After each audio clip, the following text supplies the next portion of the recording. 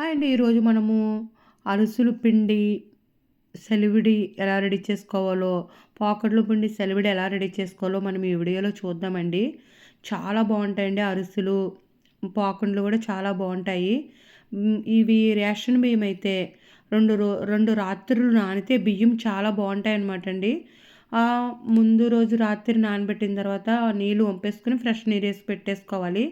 అలా నానబెట్టుకున్న బియ్యాన్ని వాడ చీర మీద, బట్ట మీద ఆరబెట్టేసుకొని వెంటనే మిల్లుకి పంపించేస్తే మెత్తగా మిల్లు పట్టించుకోవాలనమాట అండి. ఆ పట్టించుకున్న పిండిని ఇలా అరిసెలకి పాకం మూకుడు పెట్టుకొని బెల్లం వేసుకొని, అరిసెల పిండికి చాలా తక్కువగా పడుతుందండి పిండైతే.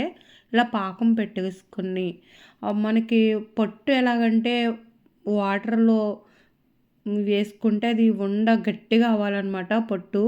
ఆ ఉండ గట్టిగా అవుతే అరిసెల పిండికి పిండి కూడా తక్కువే పడుతుందండి. ముదురు పొట్టు కాబట్టి పిండి తక్కువ పడుతుందనమాట.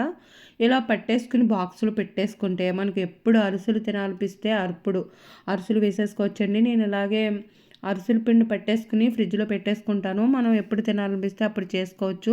ఇదేమో పాకుండల పిండండి. చాలా ఎక్కువ పడుతుంది. లేత పొట్టనమాట. అవి అవుతుందనగా పాకం పొట్టు, అవి అవుతుందనగా మనము ఇందులో పిండి వేసేసుకోవాలన్నమాట. ఇందులో పిండి కొంచెము ఎక్కువే పడుతుందండి. ఇలాగ మూకుడు పెట్టుకొని ఆయిల్ వేసేసుకొని పాకుండలో వేసేసుకోవచ్చు.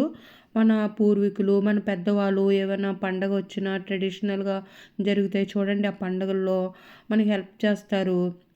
హెల్పింగ్ చేసిన వాళ్ళందరికీ ఇలాగా పాకుండలు, పొంగడాలు ఈజీగా అయిపోతుందని పొంగడాలు ఇలా ప్రత్యేకంగా చేసి పంచిపెట్టేవారండి వాళ్ళకి. ఈ విధంగా పాకుండలు, వేడి వేడి పాకుండలు చాలా బావుంటాయండి.